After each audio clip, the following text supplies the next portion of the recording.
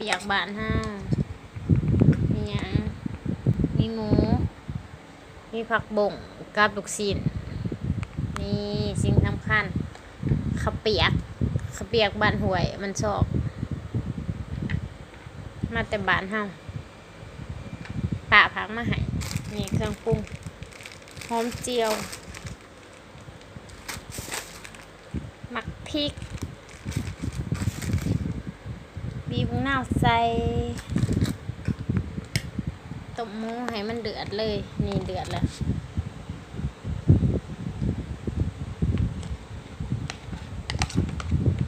โอ้ยตุ่ม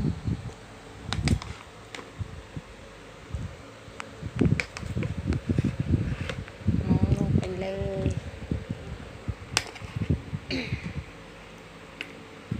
ตุ่มหมูหน่อยแทะ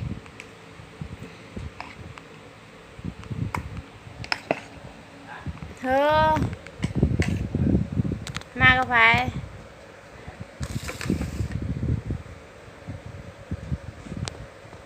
ขอกับข้างหมอจะเปิดประตูไอ้